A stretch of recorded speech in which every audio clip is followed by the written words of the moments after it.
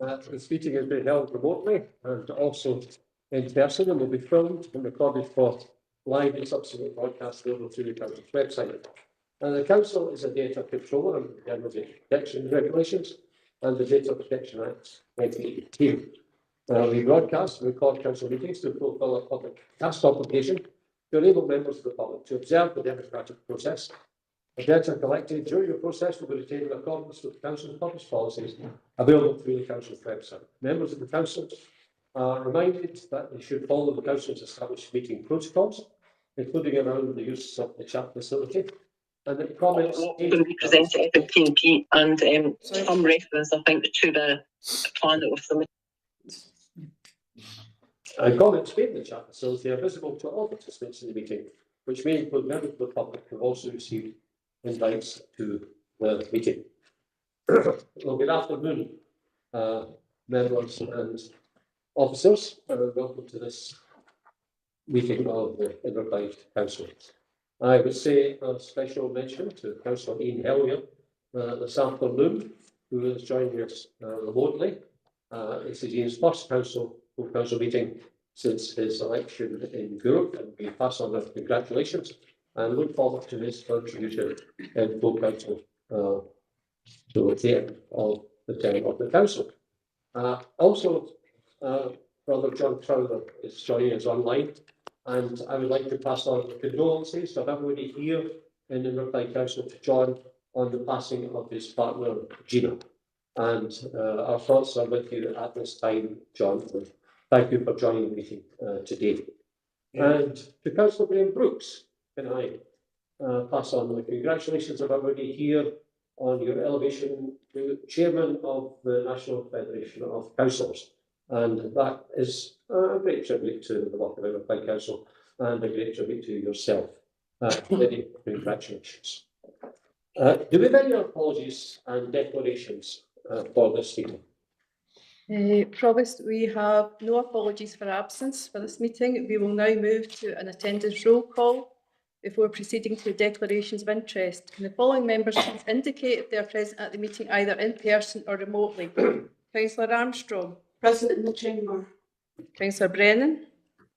Present in the chamber. Councillor Brooks. In chamber. Councillor Cassidy. Present chamber. Councillor Clockerty. In the chamber. Councillor Crowther.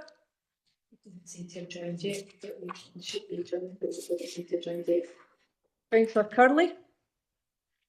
Present chamber. Councillor Daisley. Present in the chamber. Councillor Hellier. Present remotely. Councillor Jackson. In the chamber. Councillor Law. Remotely. Councillor McCabe. Present remotely. Councillor McCormick. In the chamber. Councillor Maguire. Present. Provost Mackenzie. In the chamber. Councillor McVeigh. Chamber. Councillor Moran. In the chamber. Councillor Nelson. Chamber. Councillor Quinn. Present in the chamber. Councillor Reynolds. Present remotely. Councillor Robertson. Present in the chamber. Councillor Wilson. Present in the chamber. And Councillor Crowther. Present remotely. Are there any declarations of interest? Councillor Richards. Yeah, thanks so much, Provost. Item 13, as a board member of the Controls, will be in chamber during the discussion of that. Provost. Councillor. I'll declare connection with respect to agenda item number 13 as a former board member of Inverclyde Council and recently resigned. I feel that I should declare connection because of the recent events, but I don't feel that would be staying in the room for discussion time. Thank you. Any other declarations, members? I would also make a declaration on item 13. Inverclyde Council, my partner is an employee of Inverclyde Council, but not within the pension fund. It's up for discussion. I see no reason to leave the proceedings during that time. Are there any other declarations? The minutes of the meetings that have been distributed. The appointment panel, head of mental health, addictions and homelessness, held on the 30th of May, page 263. Councillor Moran? Ross, I move for the record. Thank you. Is there any other Weissman? Thank you. Appointment panel, head of mental health, addictions and homelessness on 20th of June, page 264. Councillor Moran? Ross, I move for the record. Thank you. The meeting of Inverclyde Council held on the 26th of September, 265 to 272, and I'll move that that's a true and proper record. Is there anything else for otherwise? Thank you. Councillor McVeigh, are you? Like to no. It was just getting ready. One of the body, 2nd of October, 273, 274. Councillor McVeigh. Move it, that's a true record, Ross. Thank you, Councillor McVeigh. The General Purposes Board, the 9th of October, 275 to 276. Councillor Moran. Ross, I move for the record. Thank you. Otherwise, thank you. The Audit Committee on the 22nd of October, 277 to 278. Councillor Wilson. I move this as a true record, Provost. Thank you, Councillor Wilson. The Inverclyde Council special meeting held on the 24th of October, 279 to 280. I will move that that's a true and proper minute. Is there any otherwise moved? Thank you. Social Work and Social Care Scrutiny Panel, 29th of October, 281 to 283. Councillor Brennan. Move it as a true record, Provost. Thank you. Is there any otherwise moved? Environment Regeneration Committee held the 31st of October, 284 to 289. Councillor McCormick. I move the minutes as true record, Provost. Thank you, Councillor McCormick. The Education and Communities Committee on the 5th of November, 290 to 295. Councillor Fogarty. I'll move this as a true record, Provost. Thank you, Councillor Fogarty. The Planning Board on the 6th of November, 296 to 299. Councillor McVeigh. Move it, that's a true record, Ross. Thank you. Is there any otherwise moved? The Local Review Body held on the same day, 300 to 303. Councillor McVeigh. Move that as a true record, Ross. Thank you, Councillor McVeigh. The General Purposes Board held on the 13th of November, 304 to 305. Councillor Moran. Ross, I move this as a true record. Thank you, Councillor Moran. And the Policy Resources Committee on the 19th of November, 306 to 312. Councillor Maguire, please. I move this as a true record. Thank you, Councillor Maguire. The Local Police Fire Scrutiny Panel on the 21st of November, 313 to 315. Councillor Rose. I move this as a true record, Provost. Thank you. Is there anybody otherwise minded? And the supplementary agenda, the General Purposes Board, a special meeting on the 28th of November, 316 to 317. Councillor Moran. Ross, I move this as a true record. Thank you, Councillor Moran. Now, within these minutes being approved, private business, does any member wish to bring up anything relating to the minutes in the private business? Thank you. There's no need for us to go into the private sector at the end of this meeting. We then move to agenda item 3 on page 1, and that will be the finance strategy 24 to 34, 6-monthly update. Mr. Cochran, please. Thank you, Provost, and good afternoon, everyone. This is the regular 6-monthly update and includes the estimated economic impact of the Chancellor's statement and the latest council budget position for 25-26 and tabled on page 24 of the papers. All models have been reviewed and recommendations in that regard are included in section 2 of the report. Members will be interested in the impact of the council on the council of yesterday's budget statement. Early indications are that there is increased funding, but more clear this time next week when the council gets its actual figures. I'm happy to answer any questions. Thank you. Are there any questions for Mr. Cochran at this stage? Councillor Bobby? Oh, no, sorry. Okay. Sorry, Provost. And can we have any recommendations? Councillor Cullen? Thank you, Provost. And well, one of these things once you're in a paper, yeah, things always change. And obviously, I understand we're going to have a briefing before Christmas about the implications of the budget on our finances looking here. I'm just wondering what information do you think we'll be able to right at that point in time. Of course, the fact that it is a bit of a moving piece and it will be until February, but will we be able to have an idea about Inverclyde's funding, as you said, but also maybe opportunities for substitution of funding? Would that be something that be able to be presented at that meeting prior to Christmas? To be honest, I think in terms of, I aim to have the council's position based on the settlement we've been given. As you indicate, Councillor Curley, the information tends to come out on a drip feed basis, and I suspect a lot of it will come out in the new year. Obviously, at the moment, I've more or less received the same information that I've shared with the councillors, and I did attend a briefing last night with Scottish Government officials where we get a wee bit in more detail, but I think we'll find out a good deal more when the local government finance circular is issued, which hopefully will be probably in literally a week's time at 5 o'clock on a Thursday night, and thereafter I and my team will work on a presentation to all elected members, and obviously we'll identify any opportunities where we think elected members may be able to substitute funding, etc., and be clear on where the specific mandating of how expended power grants to be used as well will include all that as much as possible by the 18th, but I think it'll be clearer in January. Yeah. Are there any other questions? Just say thank you very much. Good. Can we agree the recommendations and take that? Good. Thank you. Agenda item number 4 is page 51, the internal audit shared service. Mr. Parker. Thank you again, Thomas.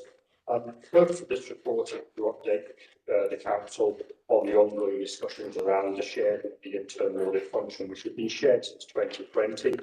There is a proposal to share a further 2 posts, one in Western Berkshire Council, one in Inverclyde Council, both of which are vacant at this point in time. And if it is agreed, it will be dependent on agreement by the Western Berkshire Council as well on the 18th of December. You'll see that there are ongoing discussions about the wider potential sharing, and I'll bring a report back to the council as soon as that has been developed sufficiently and follow between the 3 chief executives as well. I'll have to answer any questions. Thank you. Are there any questions, Mr. on this agenda item? Can we agree the recommendation to page 51?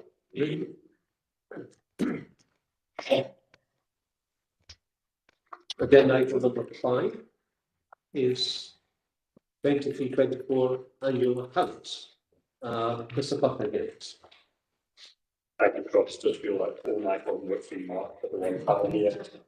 But as requested in 24th of October Council, I was asked to bring the report back once the audit was fully completed for the accounts to be noted. The report covers the relatively minor changes we made to the accounts since the 24th of October, and the intention would be that after today's meeting, the accounts would be signed by the leader of the council, the chief executive, the chief financial officer, and thereafter the audit will be fully completed for the 23-24 year. Happy to answer any questions, please. Thank you. Are there any questions on this agenda item from Mr. Parker? Thank you. Can we agree the recommendation of page 55? Thomas. Councillor Wilson, please. Thank you. Thank you, Robert. Robert, it's traditional at the presentation of the annual accounts for the chair of audit to say a few words. As a committee, we consider the draft accounts on the 24th of June and the final ones on Tuesday, the 22nd of October. At that stage, we had a private audit committee meeting with the auditors KPMG, which I'm sure we all found very useful. There were no officers present, it was just the committee and KPMG, and it resulted in some wide discussions. We've also welcomed back recently Andy Priestman, who was off on sickness leave. We're grateful for the services of Francis Ross of Glasgow City Council, who came and stood in and worked with us for quite a period of time. We are thankful to Glasgow City Council for lending Francis to us. It's really good to have a big brother or sister 25 miles along the road that we can call on if we really need it. Thanks are due to Michael Wilkie and Talmud Alam of KPMG, our auditors. They attended all relevant meetings of the committee. I thank my Vice Chair, Councillor Curley, who was very supportive. He also attended all meetings, pre-agenda and the full meeting. I now turn to Alan Puckett. I turn towards you. Would you please thank your staff on behalf of the Audit Committee for their sterling work, in particular Matt Thompson, who is always available for advice. Alan has been with this council for 39 years, which is some service, and 19 of them as our Chief Financial Officer. Today is the 20th time that finally this year he has presented the annual accounts. That is a great record, and I think will never be repeated, never be repeated. And we're most grateful to you. I'm sure at a later date in the year, the Provost will have more to say to reflect your service with this council. But thank you very much, Alan, and thank you particularly for your support to myself and Councillor Curley in our roles. Thank you. I would now like to turn your attention to the actual audit report. This is a wonderful read. It is full of so many facts and statistics. And I would like to take you, if you don't mind, and you go to big page 86, which is a real good news page.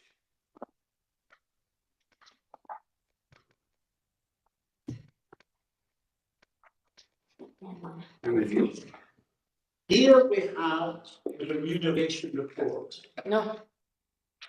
And I draw your attention to the number of employees, the first column on the left, in 22-23 who earn more than £50,000 a year. It was 221 in 22-23. In 23-24, it rose to 622. Now that is a good news story, because quite often, because we're at the end of the line here and we're a wee council, people say we're not paying our employees enough. And I think the rise in that figure from 221 to 622 is really very significant. The vast majority are in our largest directorate, Education Directorate, but again, that reflects the numbers they've got there. 504 of the 622, as of last year, 504 were in education, which is a really vital directorate with regard to the getting our children ready for the world out there. So there is your reading material, ladies and gentlemen. It's a thoroughly good read. There are a lot more statistics in there and well worth a look. Thank you very much, Provost. Thank you, Councillor Watson. I take it the recommendations, page 55, are agreed. Again, item number 6 on page 159, request for a special meeting of Inverclyde Council. Mr. Potter again. I think Provost Sam will add to this. Again, Councillor Curran previously will be subject to the council agreement and have a special council meeting on the 23rd of January to get a full update from the council settlement and to decisions around the budget in advance of the full council tax and budget approval meeting, which will be at a future date, but before the required deadline of the 11th of March. I'll answer any questions. Thank you, Mr. Potter. Are there any questions for Mr. Potter? Can we agree these recommendations? Thank you.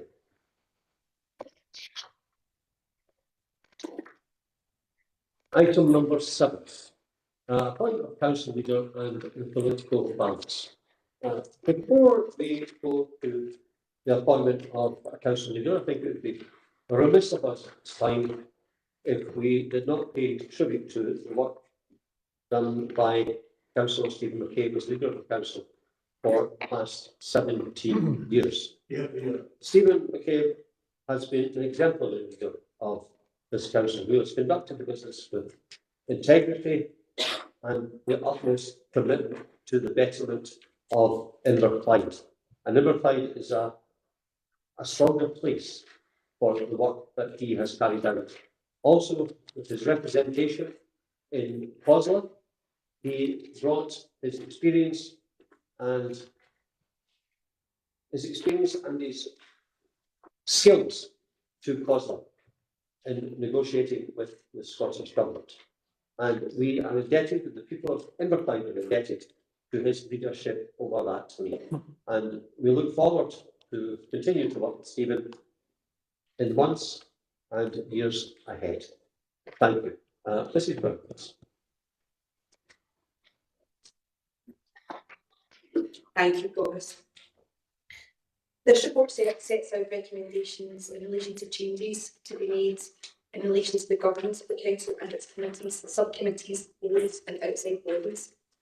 In essence, there are 4 requests. Firstly, that the council appoints a new leader following the resignation of Councillor McCabe as leader of the council. Secondly, that the council appoints a new elected member to the board of Inverclyde Homes following the resignation of Councillor Hurley from the board.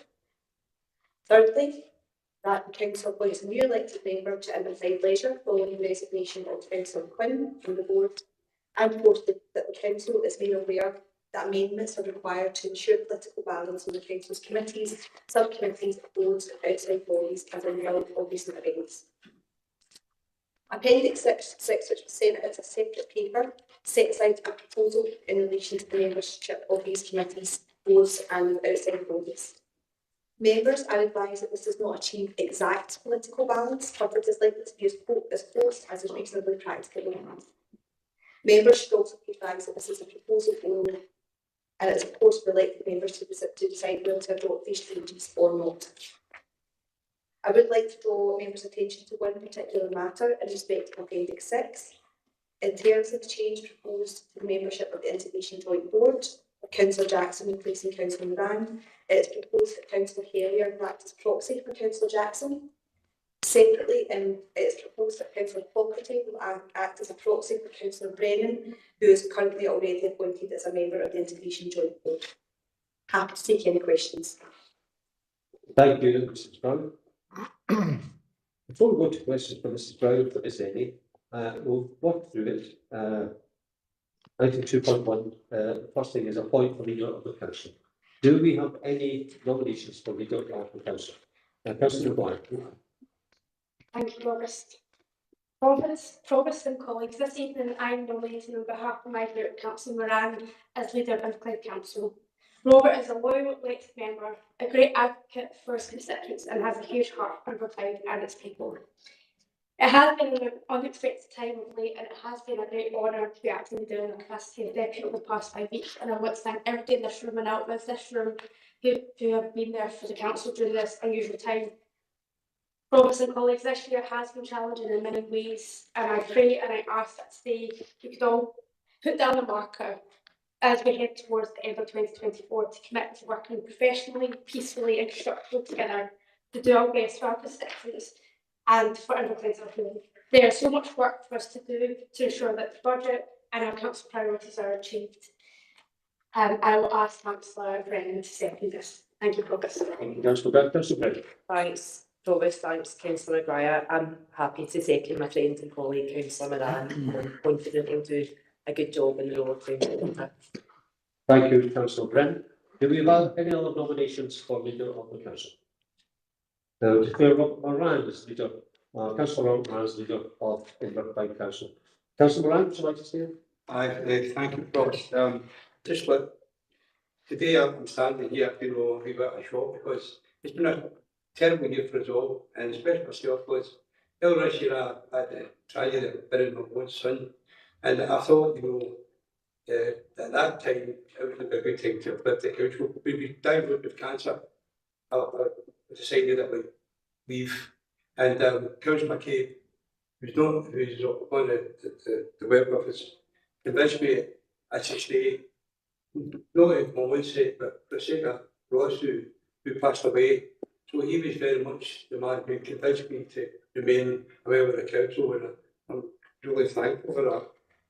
But when I was proposed to be the new leader, Natasha said to me, "When did you come into the council, Robert?" And I said, "Come in now, by election 1996. She says, "I was only 5 then." And I said, "Okay, Natasha, I was only 12. But my friend first came down to council in 1996, you know, and the very first meeting we had, it was efficiencies, how we could make cuts back then. Well, it's actually cuts out. 2 years later, they moved the boundaries and I love my seat. So I was out again. So for 5 years, I was back working to do work, earn lunch, wife and 2 children. But then in 2003, the then Luther Council over Jackson, whose nephew sat beside us, and decided he was retiring and asked me to stand in Robert's seat. And I duly won. It was great. But however, it was a bad time for Labour Party because we lost the council and Liberal Democrats come in. And that was a horrible time, a bad time for us all, you know, in opposition. Because they were dogmatic in their approach to the council. And when they presented, you know, a budget proposal, it didn't matter if anybody had a good idea, how good or bad it was. They were dogmatic in their approach and just voted everything through. So that was a terrible time for us. But however, come 2007 and we won the election again. And we decided there must be a better way. There must be a better way of working, there must be a better way for everyone in this council to feel part of things. So we started the member budget working group, which was to give every single person a chance sitting around this table, whether we're in a group or individual, to contribute to the budget process. And I thought it was a good idea, and I still do. So I'm saying, if you're not in the members working group, as an individual group, please consider your position. Because if I'm there to go and contribute to the way forward, it's not to go. So please think about it. And as we're going forward, you know, the same will become more difficult. We need everyone to play their part. For my part, I hope we can work constructively. For the people on the side, who we all have the privilege of serving, don't forget, it's a great privilege to be sitting here today. So today, as a leader of the Inverclyde Council, I appeal to all groups, individual members, consider their position. If not in the member budget group, please come in. My vote will always vote to any member or group at any time. In closing, I'd like to paraphrase the great John F. Kennedy. He once says, ask not what you can do for your country, but ask not what you can do for your country, but what you do for yourself, what you do for your country. So suppose, paraphrase it, to use, ask not what Inverclyde can do for you, but what you can do for Inverclyde. Thank you.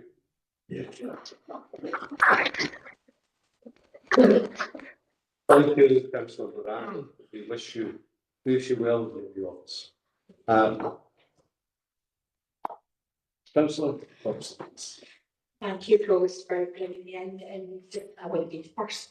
But anyway, Councillor Moran on his election as leader of this council, we absolutely accept the proposal and the acceptance of the proposal of Councillor Moran as leader of this council. Councillor Moran and I have known each other and worked together for many, many years, and I hope he really deeply knows the respect I've always had for him, and I offer him my willingness to work together and to do that every day for Inverclyde as we move forward into the future. I promise I would like to make a few comments this afternoon, if that's okay, and I would like to be heard as I do so. This year has been very, very difficult for all of us on a lot of levels, and I really do hope that we can find ways to move forward together. Part of that has to be being honest with each other regarding how we work or don't as a group of 22 councillors. And for my part, I've certainly felt weary over ways, sometimes over the course of this year, and actually the Members Budget Working Group is a part of that. I believe in that too. I believe in the Members Budget Working Group and the opportunity that we have to do things that way, but it has to be done in the right way, and I've felt a little bit weary about how things were working, which is why we're not around the table. That's where we are in terms of that. Probably it's been a difficult few weeks for everybody, I think, in particular. It has felt difficult to watch everything move and change and go the way that it's going.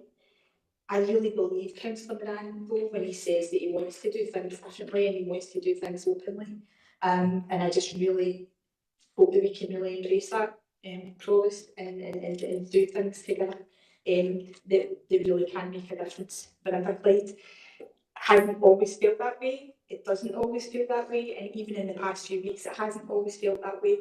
But I'm going to join Councillor Maguire in the prayer that it will work out that way, and that we can actually genuinely do this, and it not be a tokenistic thing that's said at this point in this chamber. Probs, we are seldom named as the opposition.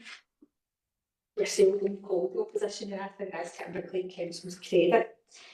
We are a council, we're not a parliament, and we can get so much more done if we find the ways to work together.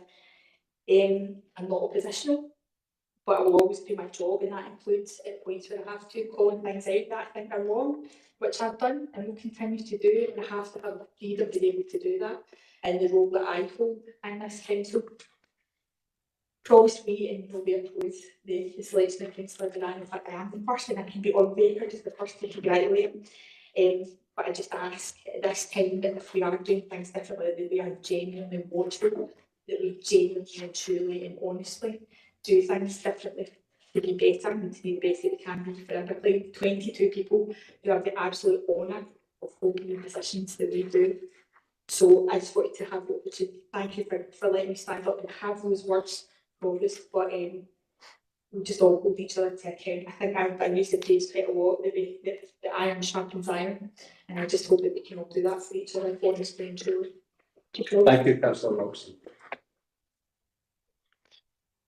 Councillor Flint.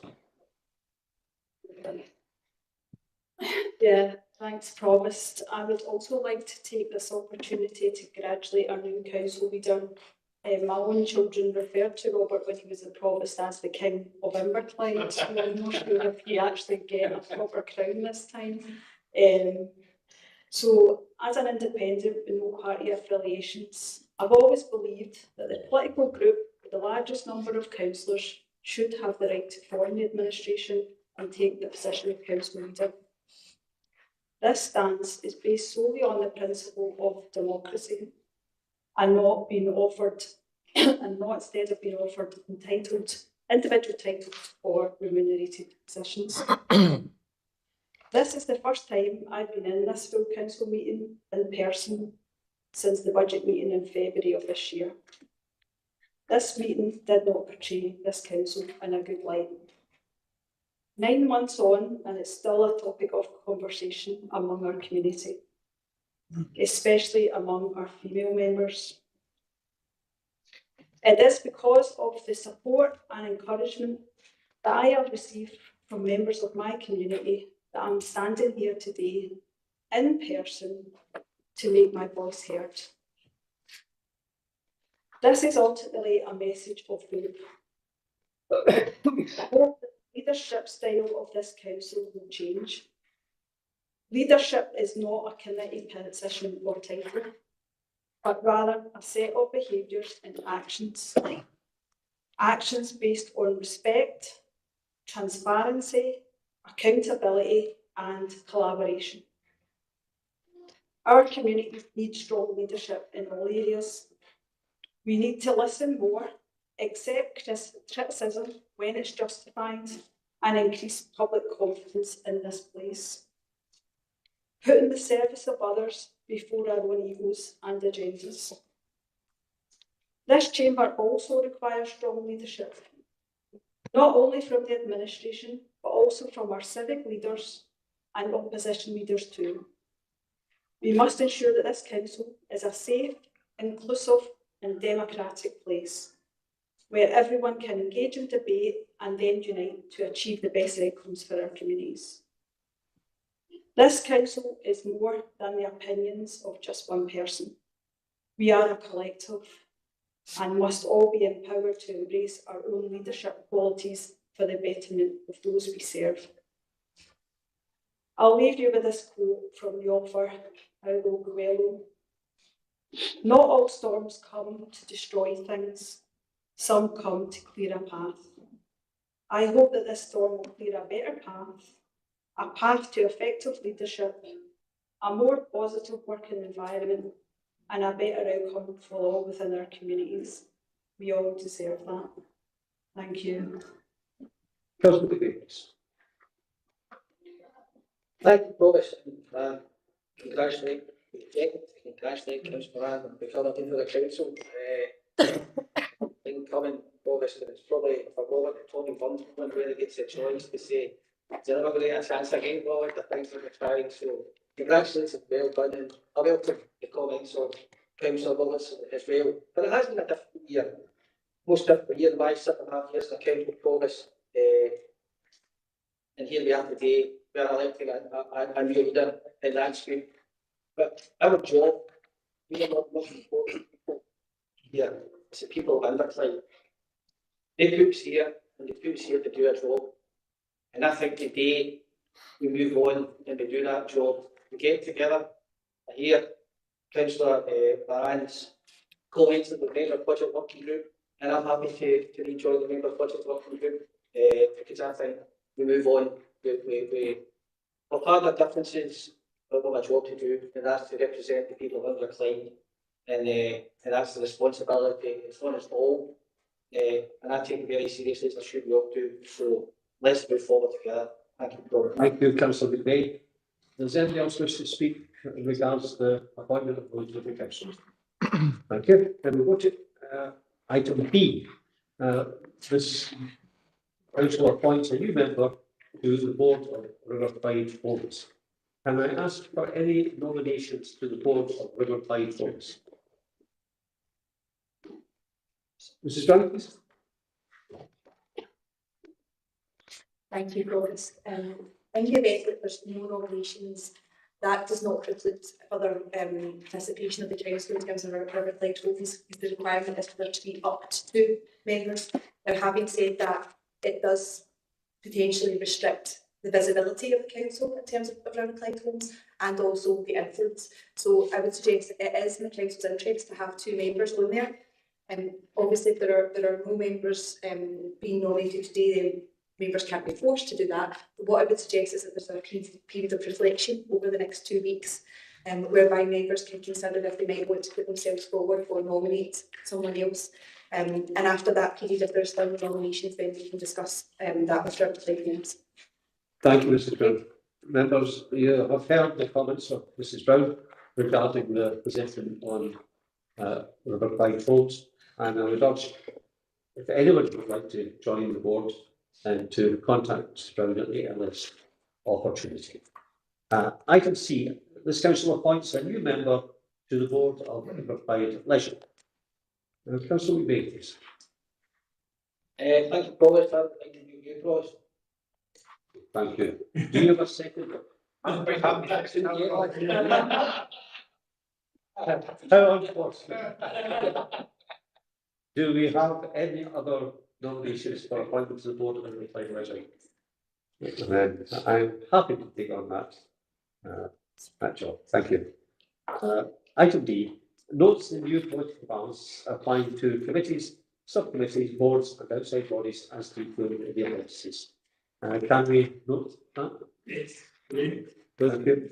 And E and F taken together makes adjustments to the membership of its committees, subcommittees, boards, and outside bodies required, and notes the proposal for such membership as are set out in Appendix 6, which has been circulated.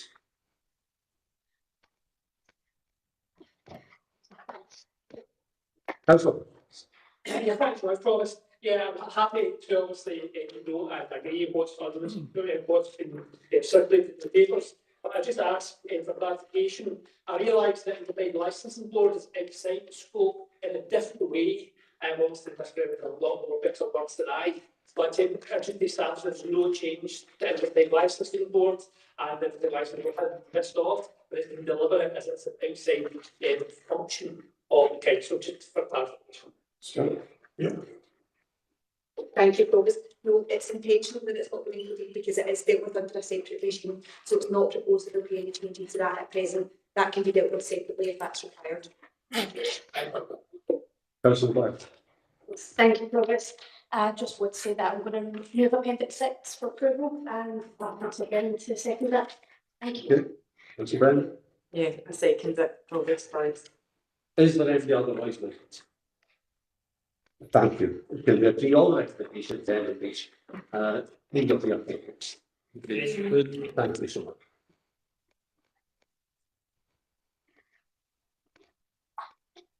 Item 8 on the agenda is Inverclyde Council bylaws for regulation of the cleaning of common property.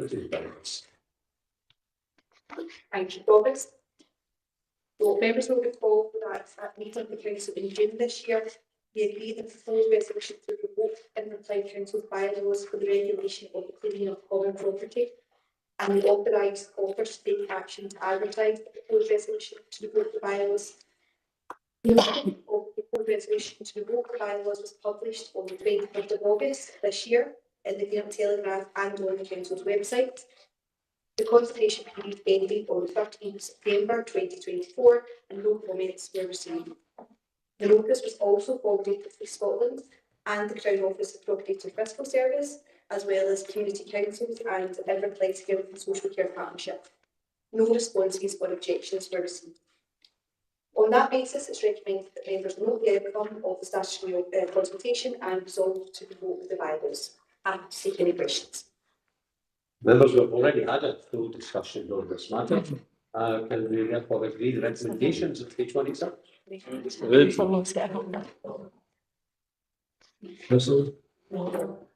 Councillor Lawrence. Thank you, Provost. It was just one quick question. I know we've spoken about it before at previous meetings, but I just wanted to clarify with removal of these bylaws, what is the process for occupants of places that need to address maybe problem behaviour? Would they still come through the council, or is there somewhere else that they would need to go for that? Yeah, that's right.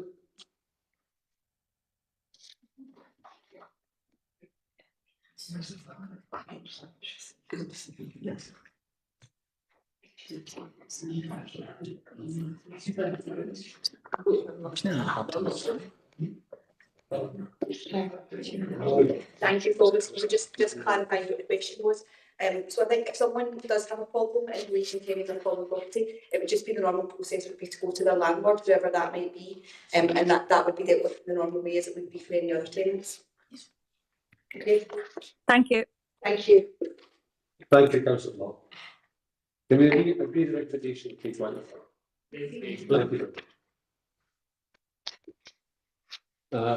Remit to the committee from the remit from the Policy and Resources Committee. Treasury Management Committee report 24-25. Page 195, Mr. Clark, please. Also, not page 5. Thank you. Member, this is writing for the Policy and Resources Committee. Can we agree the recommendations 195? Agreed. Thank you. We have a notice of motion for agenda item 10, Northern Ireland Troubles, Legacy and Reconciliation Act 2023. A notice of motion by Councillor Brooks on page 207. Councillor Brooks. Thank you very much, Provost. Our colleagues would like to ensure that we understand that we are not the legislators. The UK government, and obviously, having this general election, our new government, they are the legislators, definitely and appropriately elected to make the decisions on such an act that is before us. So my motion this afternoon is not about the legislation as such, because that is not in our power. We are not the legislators. It is more about natural justice and fairness. And that's the short context I would like to speak from. Now, we all know that the Good Friday Agreement has been fantastic. It's made such a difference to our brothers, sisters, all those we call Northern Ireland. In fact, the whole of Ireland is their home. So what we have is a situation where there's a piece of legislation on statute that, as he has the right to do, the new Prime Minister at King's speech on the 17th, as noted in the paper, 17th of July, is context up to remove that legislation for whatever democratic reason that the government has as their intent to do. My question to you, my challenge to you from the veterans of Inverclyde is one of natural justice and one of fairness. Should the UK government choose to remove that piece of legislation, we are asking in the potential letter that it is replaced by something, whatever the UK Parliament chooses, to ensure national justice, to ensure fairness. Now, the Troubles have been a horrible time. I served British Army in 1980, and if I had stayed, which I didn't, I could have been quoted to Northern Ireland. That was my parents' biggest fear, that I would go to Northern Ireland, because it was the great troubles of our times. And of course, one man's freedom fighters is one man's terrorists. This is not about the Good Friday Agreement. This is not about small down in situation or Northern Ireland troubles. This is about national justice and fairness. So, the veterans of Inverclyde, detailed obviously in the paper you have on page 208, they are of opinion that whatever happens, whatever the UK government chooses to legislate for, that it should be fair.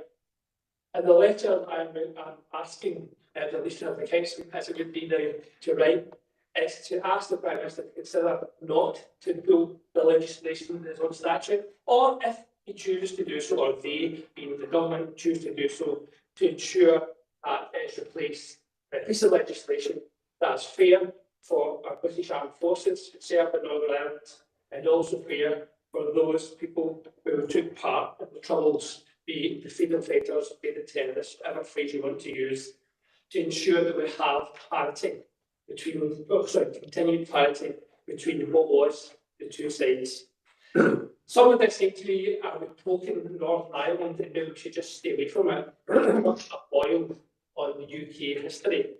But the veterans within the Inverclyde have asked this motion to come forward to ask for national justice and fairness. So, Provost, I move that the request is made as laid out on page 208, that a letter is written to the Prime Minister of the United Kingdom.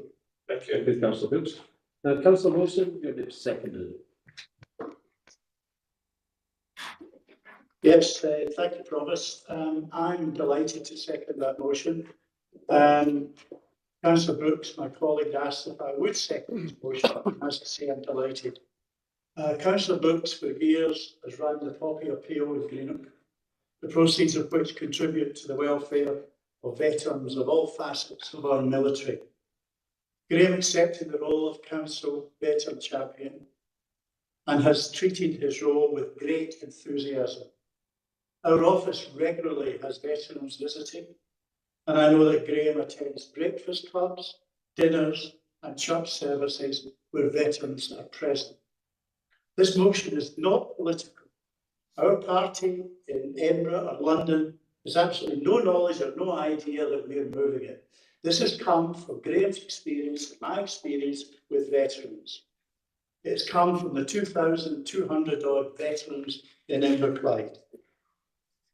In my role as patron of the Port Glasgow Army Cadets, I've heard disquiet about this unfair rule, not just from the youngsters, but from senior retired officers. I attended recently the regional meeting of the Lowland Cadet Force, and there was senior officers there, colonels, brigadiers, etc. Most of them had served in Northern Ireland. They searched out me and another councillor from Dumfries for the portrait, and the point that was coming from them was that none of us liked being in Northern Ireland. The soldiers, the squaddies, liked it even less. It was a horrible posting. They didn't like it. And really, it seems unfair that they're not treated the same as others. This is natural justice. We cannot exclude the IRA, the UDA, the UVF from conviction and not our soldiers. At the Two Boys Memorial, there are the names of 3 of our armed forces who perished in recent times. 2 of them in Afghanistan, and 1 Lance Corporal John Bradley, whose parents still live in Devon. Parents of those and relatives of those 3 soldiers turn up at our remembrance service at 1:30 in the afternoon on Remembrance Sunday. The Bradley family come there, quite a few of them, usually 3 or 4 of them, to remember their son, Land Constable John Bradley, who unfortunately was killed in Northern Ireland. But in the main, as my colleague has said, we're just looking for natural justice that should try and treat everybody the same. Thank you very much, Provost, for listening to me. Thank you, Councillor Robson. Does any other member have anything to say in this motion? Councillor McVeigh, please. Proposed an amendment, that's okay. I've checked this with Ms Brown and she advised that it's going to the Provost. The amendment reads, this council needs not to take a position on this issue and request that members make the views known to the Prime Minister on an individual basis should they wish to do so. Nothing further to add to that point. Thank you, Councillor McVeigh. Do you have a seconder for your motion? Councillor Cullen? Provost, I will second that motion, that amendment. Thank you, Councillor Cullen. Does any other member have anything to say on this? We have a motion for amendment. Mrs. Brown, please. Thank you, Provost. So we'll now proceed to a roll call vote. The motion is with Councillor Brooks, seconded by Councillor Wilson. The amendment is Councillor McVeigh, seconded by Councillor Curley. When I call your name, please indicate if you'd like to vote for the motion, amendment, or to abstain. Councillor Armstrong. Amendment. Councillor Brennan. Amendment. Councillor Brooks. Motion. Councillor Cassidy. Amendment. Councillor Clougherty. Amendment. Councillor Crowther. Amendment. Councillor Curley. Amendment. Councillor Daisley. Amendment. Councillor Hellier. Amendment. Councillor Jackson. Amendment. Councillor Law. Abstain. Councillor McCabe. Amendment. Councillor McCormick. Amendment. Councillor McGuire. Amendment. Provost Mackenzie. Amendment. Councillor McVeigh. Amendment. Councillor Moran. Amendment. Councillor Nelson. Motion. Councillor Quinn. Abstain. Councillor Reynolds. Amendment. Councillor Robertson. Amendment. Councillor Wilson. Motion. Thank you. Provost, we have 3 votes for the motion, 17 votes for the amendment and 2 abstentions. The amendment is carried. Thank you, Mrs. Brown. Thank you, members. Item 11 on the agenda, the Trust Fund's annual accounts. I wish to leave that for final business of this meeting. Mr. Buckman smiles. Item number 13, a motion by Councillor Jackson contained within the supplementary agenda. The motion is the proposed transfer of pensions of employees by Inverclyde Council and the fire and rehire processes being used. Motion by Councillor Jackson. Councillor Jackson, please. Thank you, Provost. As we know, back in June, Inverclyde Homes informed employees who run the local government pension scheme of plans to move them up to Sharps. So began a series of negotiations between the employer and the trade unions. Throughout each stage of these negotiations, employees have been offered compensation if they agreed to leave, and each time they refused. This is because Pension Advisors commissioned by Inverclyde Homes have said moving schemes would result in significant losses, with workers losing up to £200,000 in pension benefits. No offer of compensation can close to matching the potential loss for these workers in retirement. During the briefing to members, Inverclyde Homes talked widely about external financial pressures facing the organisation, but there was no recognition of their own part in creating these pressures. A failed £150 million refinancing strategy, the creation of Home Fix Scotland, a subsidiary that was supposed to generate growth but has been nothing but a financial burden on Inverclyde Homes and its tenants. The installation of a biomass heating system that has cost hundreds of thousands of pounds for repairs and maintenance. The average property line empty for 8 months before it is relet. The list goes on. But the main focus of this motion is the bullying and threatening behaviour that has been adopted by Inverclyde homes to force these changes through, and that is the threat of fire and rehire. As a council, we cannot support one of our biggest and closest partner organisations using such tactics. As a signatory to the Fair Work First Agreement, they themselves accepted that fire and rehire is an appalling exploitation of workers and needs to be banned outright. There is no place for fire or rehire as a negotiating tactic to force through changes to workers' terms and conditions. I will move to the motion. So the motion related to proposed transfer of pensions to employees. It is proposed that the council note that Inverclyde homes have taken the decision to put workers on 60 days notice, which will take effect on Tuesday the 14th of January 2025. That if they do not accept the move, the employment may be terminated and they will be rehired on revised terms and conditions. This is a practice known as fire and rehire. Inverclyde homes has cited challenges around rent rising and other factors which have not been explained. As the reason, Inverclyde homes management can no longer sustain the employer contributions. So this council agrees to strongly condemn any partner or anchor organisation that would use fire and rehire to undermine pay and conditions. To support the affected staff in the struggle to maintain the employment terms and conditions with their current pension scheme, and instructs the Chief Executive Officer to write to Inverclyde homes, firstly to ask they halt the 60-day notice period immediately and the threat to end employment of workers. And secondly, to call on Inverclyde homes to get back around the table with trade union officers to reach a settlement that will not adversely affect the financial well-being of its workers. Thank you, Provost. Thank you, Councillor Jackson. The motion is seconded by Councillor Cassidy. Thank you, Provost. I second the motion proposed by Councillor Jackson. I think secondly, well, the issue proposed today, but also the wider issues that are with RCH. So I'm going to focus my contribution on the practice of fire and rehire. The practice of fire and rehire is sustaining the values of fairness and respect that should underpin our workplaces.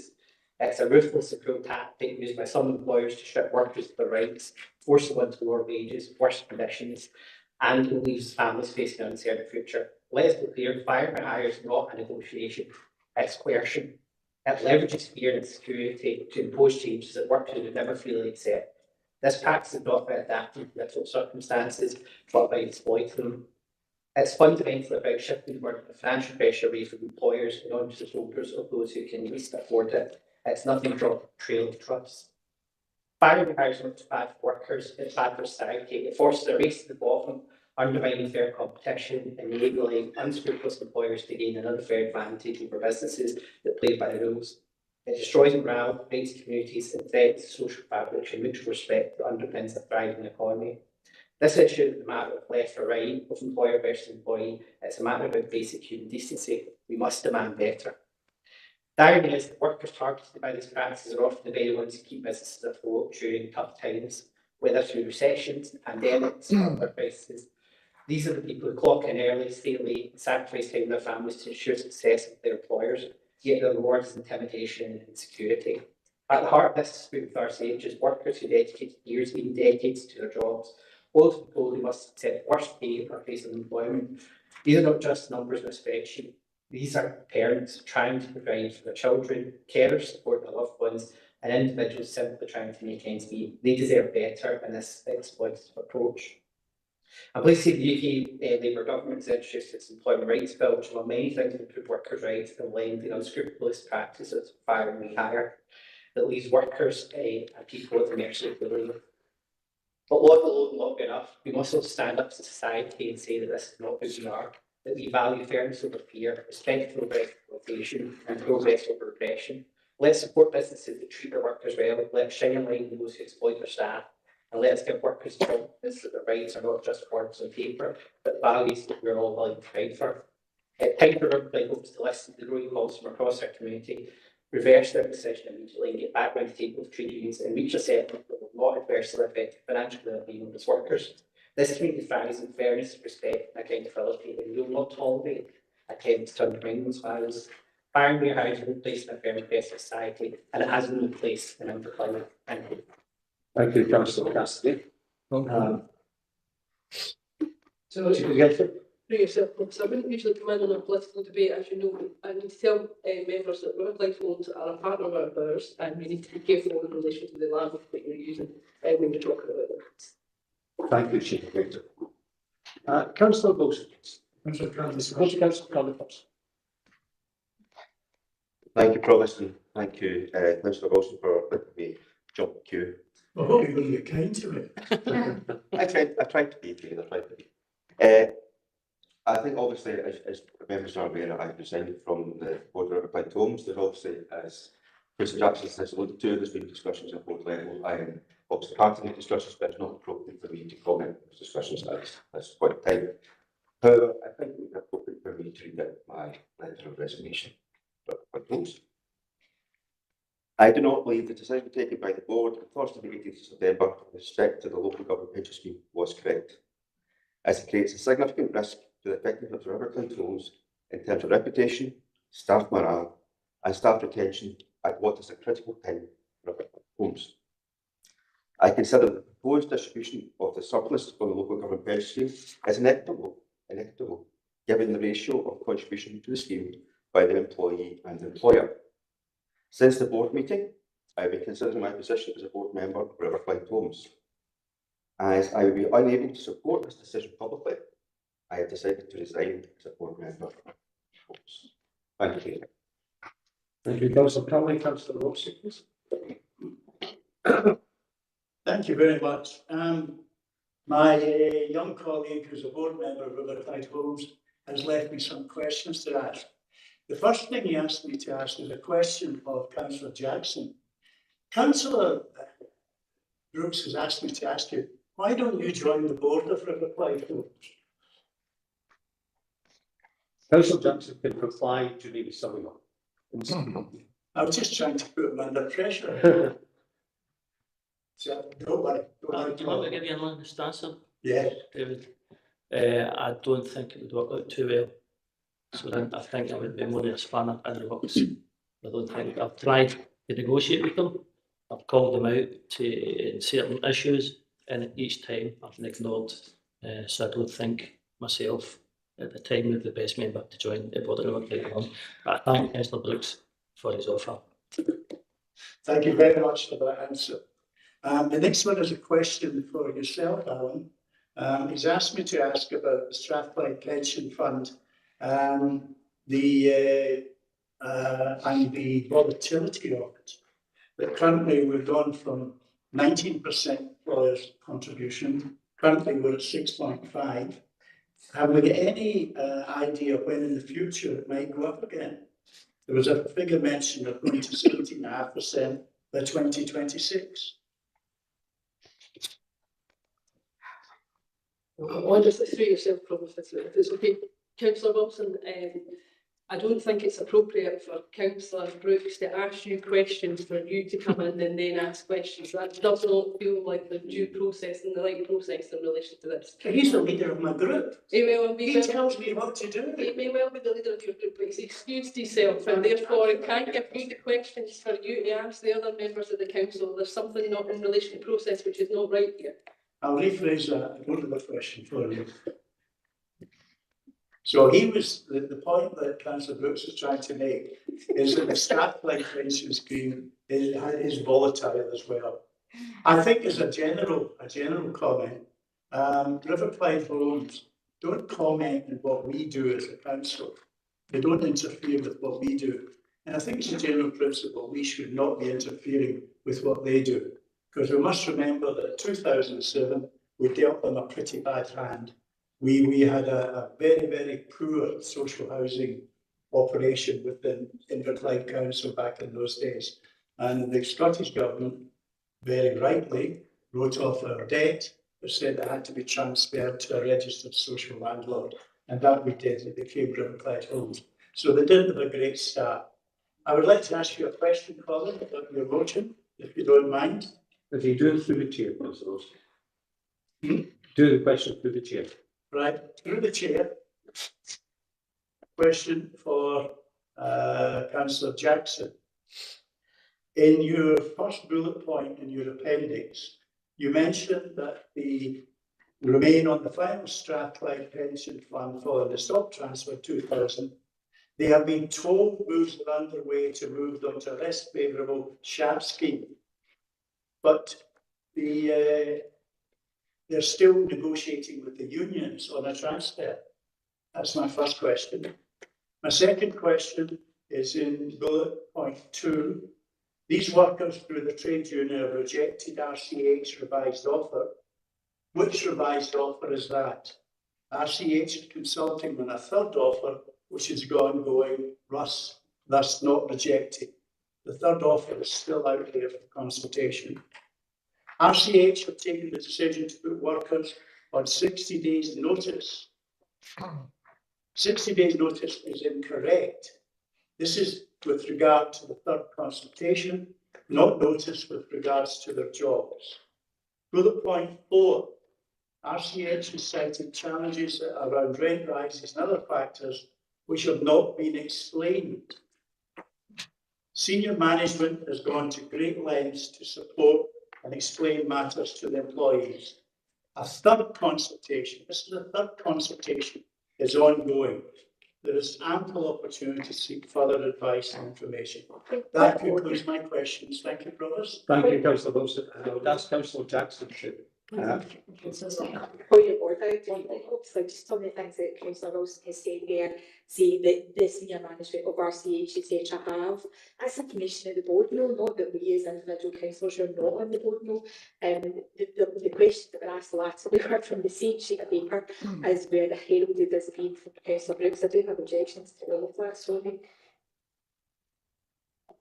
Provost, I can just add what we'll do when I will try and address some of David's points, okay, if that's okay. Councillor Jackson will address the points.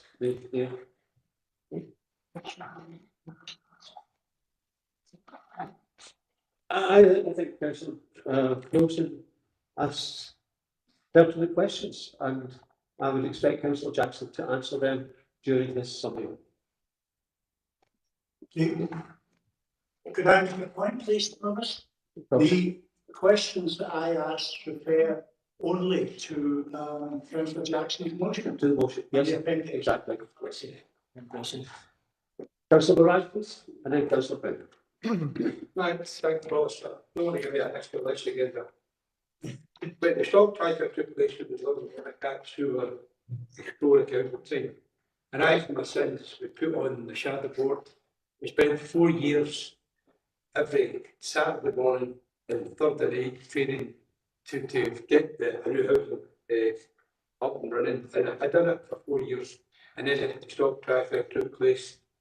Now, at that time the stock transfer took place, we had a lot of people working for Inverclyde Council. Through no fault of their own, they were transferred to the new organisation. Many of them, if not all, would have stayed with the council. We set up a DLO, which we took some of them, but most of them were forced to go across to the new organisation. This is the people we're talking about here. People who were not given a choice of where they want to work because we had agreed to stop transfer, and now they feel themselves being betrayed again when we're trying to lift the very terms and conditions that they have with us. And I think we have a moral duty to protect these people, as well as my colleague Jim knows better, a financial duty to make sure that they are treated fairly and under us circumstances. I just don't think they are. Yes, yeah. Thank you, Councillor Brown. Thanks, Provost. So thank you to my colleagues, Councillor Jackson and Councillor Cassidy, for bringing forward this motion. As our Chief Executive says, Inverclyde Homes are a partner with the Council, and I really appreciate a lot of the partnership work that they do, and I try, as always, to be really fair to them. That I very much appreciate the work they do in terms of financial well-being, welfare checks for people, their links with homelessness services that I think have recently won awards. Aye. They reach out to us and work well with us when it comes to community engagement and things that, you know, our absent ward colleague myself, Councillor Fogarty and Councillor Robertson, when we're trying to get things done in the town centre, and also their work on the promise. But I think that's what makes this all the more surprising, what we are hearing today. And I think also what's surprising is the fact that we didn't necessarily hear it directly from Inverclyde Homes. It makes it really disappointing there as well that we have regular meetings with Inverclyde Homes and no mention of this move is made by them, even when we're regularly hearing from them about authority-wide strategic moves. We know really well the requirement for prudent financial management and what it's like not to have the money you want to run the services you need to. However, Inverclyde Homes made a Fair Work First commitment just earlier this year, not many years ago, not decades ago, but just earlier this year, that explicitly states they will oppose the use of fire and rehire. Any Inverclyde member, anyone across the world can see it on the Inverclyde Homes website, and it's signed jointly by their Group Services Director, along with representatives from Unison, Unite and the GMB. Now, we were told by Inverclyde Homes that fire and rehire can be an emotive term, and they did suggest an alternative that I won't repeat here, but fire and rehire is the term used in their Fair Work First commitment that they made. And what we are seeing here today describes the motion, and we've heard it from our union colleagues, absolutely contravenes established principles of fair work. And I also think it's quite demeaning to Inverclyde Homes' place in Inverclyde society. This type of action is what we'd expect from the very worst types of employer, not a major council partner. Now, I've spoken to my colleagues over at Unison, and I'm sure people have spoken to their union colleagues as well. And what we are hearing from them is about the unsettling, stressful impact of this on staff, along with the demotivating impact it can have on any workforce. And there seems at its heart to be some sort of suggestion that staff should be grateful they're only looking at pensions and not taking this approach to other terms and conditions. I just want to also mention that I hear there's been slightly false information provided to members suggesting that benefits on transferring to this SHAP scheme that Councillor Wilson was talking about at length would be generous, when actually the losses could be quite significant to employees. And to be frank, if there was actually going to be universal benefit in this move, then I don't think you would see so many of us so exercised about it, or the other interventions that we've seen from Labour MPs and MSPs in the local and national press and in the communications we are having with RCH management. So I just want to conclude by saying I really welcome this motion, I really support it, and I really disagree with what Inverclyde Homes are proposing at this point, and would strongly urge them to rethink what they're doing here. Thanks. Thank you, Councillor Brent. I apologise, members, as I haven't received an apology from the people downstairs for the rehearsal for the Gallup concert tonight. We may be competing against some music for the next hour as they go for the rehearsal. Councillor Jackson and members, Councillor Debate. Thank you, Provost. For me, fire and rehire is just an unacceptable practice in industrial relations, and it probably represents a failed negotiating tactics if you're prepared to fire and rehire, and especially be a local partner agency. Now, I wonder about Inverclyde Homes. I really do. There is, as I understand it, financial benefits from deploying for the pension scheme, which they didn't really tell us, if I'm honest. And we know this proposal is going to cost £2 million, and it's going to take between 7 and 8 years to get the money back. So again, I'm wondering, is there something we don't know? If we look at the rent and the house is not re-let for over 8 months, that's 8, 9, 10 months up on the go just now. It's 11 months.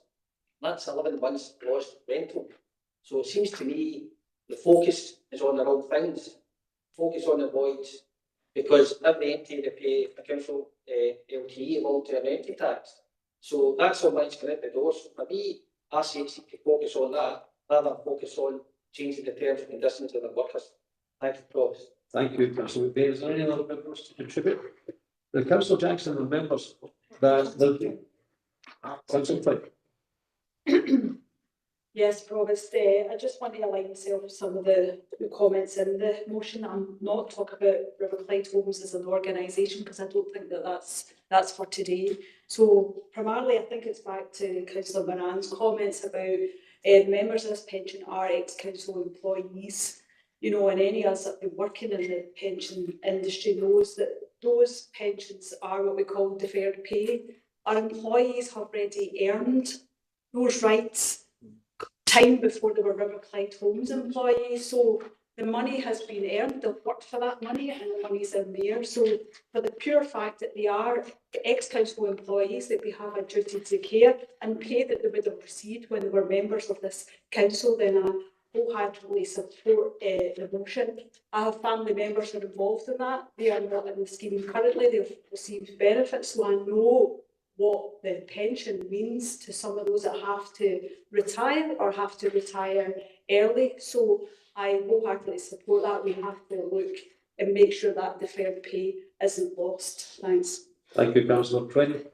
And Councillor Jackson remembers, Councillor Jackson, there will be no amendments to your motion. Then your motion will carry. You are entitled to summing up, but under no function to do so. I'll just say a few words, Provost, if that's okay. And I'm minded, Louise, I'll be very careful what I say here. You might not believe this, David, but I really did hope I was bringing this motion here today, and I did say that to the Labour group when I proposed it, that on the Monday night we normally meet. I said, hopefully we'll be back next week. There'll be some kind of concession from the Inverclyde Homes, maybe the council can get involved, and I was really hoping not to be there because, you know, in my opinion, and I'm going to get back a bit here, you remember in the 70s, people like Ted Heath and that, they knew the benefits of working with trade unions, unlike the way things progressed into this later years. Guys like Ted Heath and his cabinet began to work with trade unions because realised an educated, healthy members and workers were good for the economy, good for business, and they might have reluctantly accept that, but there was concessions made from both parts and they worked together. You talked about the compensation. Inverclyde Homes' own pension advisor have said, and I'll put this in real terms, a worker who of 46, a worker who retires at 66, who lives to 86, is going to lose £200,000, with £10,000 a year. That's how much they will lose. The talk about compensation, what have they been offered? What it was infused. I believe they were offered 50%, then 70%, and latterly they've even suggested going up to 100%. And if you're a tradesman, you could go on anywhere between 30, 50, £35,000 a year. So if you compare what they're going to be offered to compare what they're going to be lost, you would have to be mad to accept take 35,000 to compensate you for losing £200,000. I'm still hoping that Inverclyde Homes see sense. Will this go to the wire? The negotiations, how is it going to be? It's early days yet, we still don't know. We just hope, and this is why we asked the Chief Executive tonight and asked them to go back and negotiate, because we don't want to see strike action, we don't want to see anything like that. It's not good for tenants, it's not good for business. So we really hope that they get ready to the negotiating table. I don't want to say too much about what's led to the decision by Inverclyde Homes. But I think you have to look at some of their own actions, and I'll not go too deep into this. It's some of the decisions they made over the last so many years, which has probably been not a catalyst, but it's certainly made things worse, the financial situation worse. Homes Fix Scotland, as Richard Turner admitted at the members' briefing, has got a lot of troubles. So what I'm saying here is I'm not saying anything about Turner, I don't believe. And they troubles have been there for the inflection, for the very idea to the status quo, and they still don't see it anyway past the troubles. I'll not say too much more than that, Provost. I hope members agree that this is the right way to go. I support the motion. Thanks. Thank you, Councillor Jackson. Members, there will be no amendments. The motion is carried. Thank you.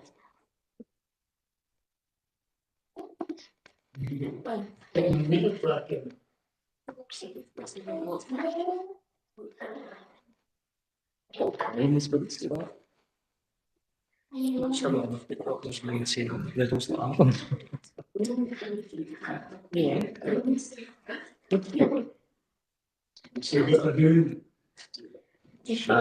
14 is item 14 is a motion by Councillor Armstrong. Inverclyde Group for Gaza.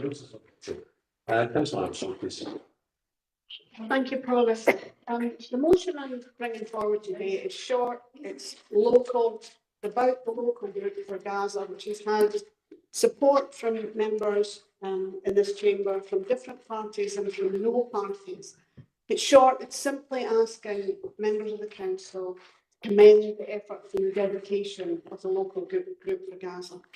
When I started working on another motion about Gaza, many weeks ago, actually, I had as many pages as, frankly, as there are now lines in the motion. It seemed like every day I would work on it, there was something else that happened that I felt had to be included. And it just became overwhelming. And I was overwhelmed and I was overwrought, frankly. So I decided to narrow it all down, really reduce it and distill it to something that's local to us, meaningful to people in Inverclyde, people in Inverclyde who have raised this money, much needed money for to try to alleviate the suffering in Gaza. But I want to share some reflections on what's happened in Gaza since the atrocity perpetrated by Hamas on 7th October 2023. Different things cut through for different people. For some people, it will be the sheer number who've been killed, over 44,000. For some, with a particular interest, it will be the journalist blockade, the fact that foreign journalists cannot report on what's happened in Gaza. That today feels like another important day for Gaza with the publication of the Amnesty International report, which states that what has happened in Gaza since the Hamas atrocity, what's happened in Gaza and what is happening in Gaza amounts to genocide. For me, for some people, the things that cut through will be, you know, the tiny shrouds or the before and after photographs. It will be how beautiful Gaza was and what it looks like now, ruined. For me, an image that's burned into my mind is this long, great long row of incubators with tiny little newborns in them and no power.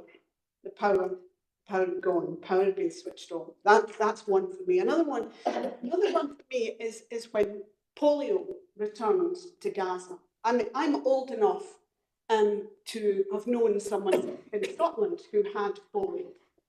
My dad's best pal had polio, Jockey King. He had leg calipers and he was always of, diminished stature. But he was a fantastic guy and he had a fantastic life. He qualified as a solicitor, he had his own practice, he had a wonderful wife and daughter. Polio didn't hold him back, but the same future doesn't await the children in Gaza who have contracted polio. I mean, if they survive the bombs and they don't starve to death, they're not going to be a successful solicitor with their own practice. That's just not going to happen. What's happening in Gaza? I can get very emotional about it, but I have different emotions. And one from the last week or so, I saw this interview with Israeli settlers who were talking about creating beachfront homes in Gaza. I was appalled. I think it is despicable.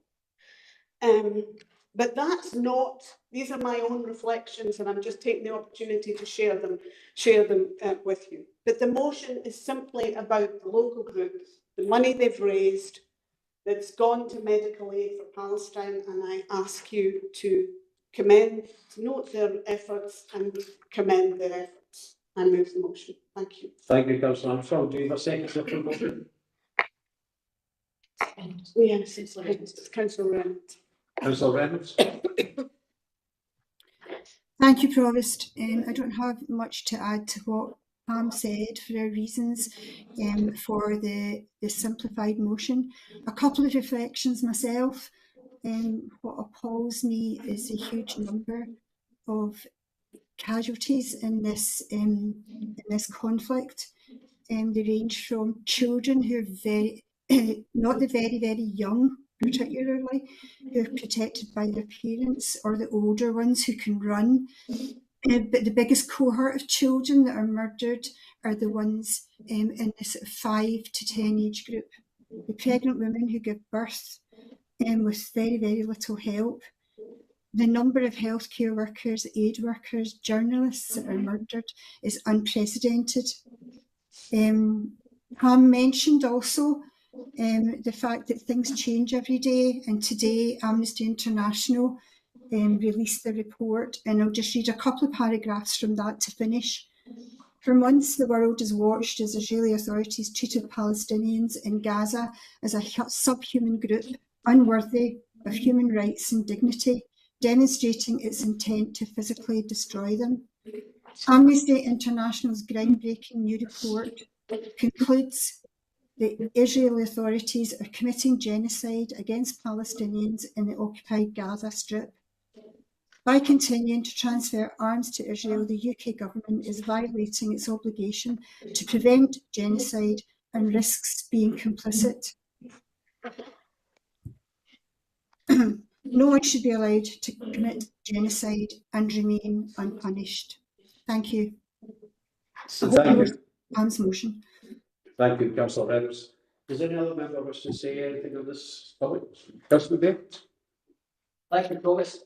I've usually done that quite well, Lord Provost, following the last debate we had, so I'm going to be quite brief on this. Firstly, can I commend Councillor Armstrong and Councillor Reynolds for bringing this motion forward, because it's very important we do not forget what's happening in Gaza today.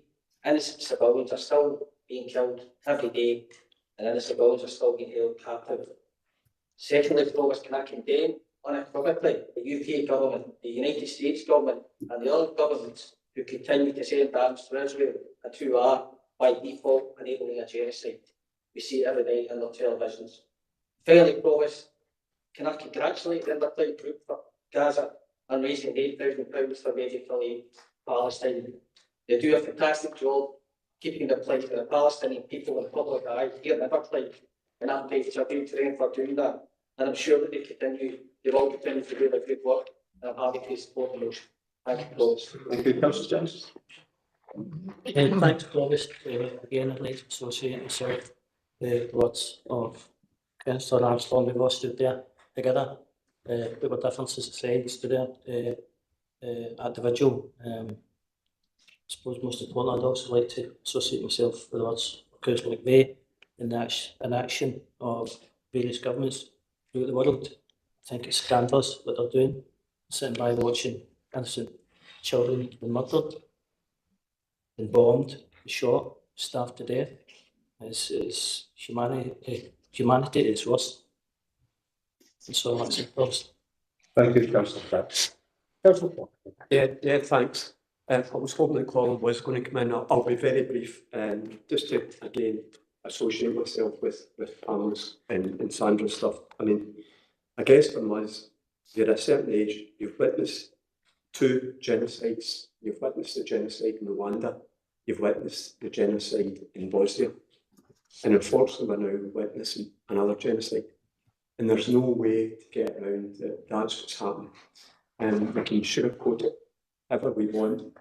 It reminds me of when I think on the girl running down the road at Vietnam, and how that picture still in everybody's minds, and it's still etched in your memory to this day.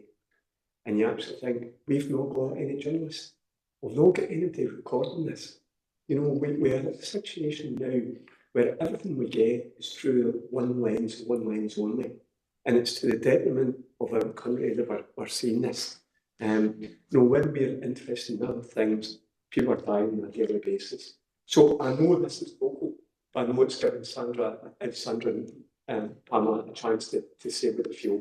And it's just to say that there is people who feel just the same, just as heartbroken as we all are at this table. Thank you, Councillor Cotton. Any other member wish to make a contribution? Yes, it is a very emotive subject. You think some 240 years ago, a Scotsman wrote the words that man's inhumanity to man makes countless thousands known, and we've not moved on as a civilization in the last 240 years. I take it the council supports the notice of motion by Councillor Armstrong. Agreed.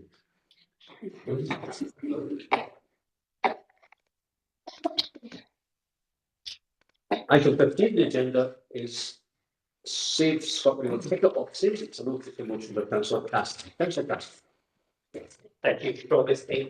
With your indulgence in that council, I'd like to give that motion to the next meeting in January. After discussion with colleagues across the chamber and the spirit of cooperation and working together in the interest of what hope will be unanimous support of this next, I feel it's better to continue this item in order for a fuller debate. I will still give this time to make representation before ScotRail ends our internal consultation, and I'll ask Councillor Brown to second this. Provost, I'll second that. Thank you. Just members, if you agree with that, Councillor Roberts. Thanks, Provost. Can I just express my thanks to Councillor Cassidy and Councillor Brennan for doing that? Obviously, it was quite a late paper coming to us, and maybe there was a reasons for that, but it did come and we saw it and we looked at it. We thought this is something that is really important, and we wanted to honour the work that you have put into taking us through. We think it's a really important piece of work, and we want to give it the attention it deserves. So thank you very much for taking the action that you've taken on that. Thank you, Councillor Roberts. Mrs. Brown. Thank you, Bob. Just to clarify, that Councillor Cassidy did submit his motion on time. There's been quite a few discussions in relation to the content of it. Thank you. Thank you, Mrs. Brown. Seems a sensible decision to next door, Councillor. Thank you. Councillor Wilson. Thank you, Provost. I thank Councillor Cassidy for his motion. Again, I didn't get to call this afternoon. The committee that I chair at SBT is the Operations Committee. And every quarter to that committee, 2 executives of ScotRail come along to report to the committee, which represents 12 councils in the west of Scotland, what they're doing, what they're up to. There's also Network Rail come along as well. At 2 o'clock, I got in touch with ScotRail and asked for comments on this motion. He said, I can't get it in before 4 o'clock, Councillor Wilson, but certainly over the next week I'll get you something. So I promised Councillor Cassidy to get a briefing from SBT and from ScotRail on what's behind this, to see if it can help our debate. Thank you. Thank you, Councillor Wilson. That's most helpful. We go back to agenda item 11, the Trust Fund's annual accounts. And I would say, members, that we are now not meeting in Inverclyde Council, but we are meeting as members of the Inverclyde Trust. Mr. Puck. Thank you, Provost. Yes, I can present 2 sets of accounts at the same time to all councillors as trustees for the Inverclyde Trust Fund and what institution. Hopefully the accounts are a bit easier to follow than the council accounts. But the sort of the punchline is that both organisations do have surplus funds that, as of the 1st of March 2024, the Inverclyde Trust 97,000, and the What institution on our big funds of 25,000. I'm happy to answer any questions. Are there any questions for Mr. Buckley and the Councillor Trevor, please? Obviously, in this chamber, it's very unusual to have a surplus. So, obviously, in this situation, I know in the past we've looked at opportunities to maybe spend that surplus to look at improving the park, etc. And I think I'm just wondering whether or not it'd be appropriate for us to look at what we could actually maybe utilise and have a long-term plan for these funds. Do you promise? Yes, in the past, individual reports have come back, usually through Stuart Grimson's directorate, who obviously keep an eye on the park. or do things in terms of the Inverclyde leisure use of the former changing pavilion that I remember from 50 years ago. So no problem in a report coming back to the council for the council as trustees to consider that. My advice in terms of what institution is that the reserves are pretty low there. And there has been quite a bit of money spent on valuation to improve the lighting and storage. So 5,000 is, I would be recommending trustees spend that at this point in time. That's okay. Thank you, Mr. Coffey. Ms. Coffey has taken both the Victor Trust and the Constitution Trust.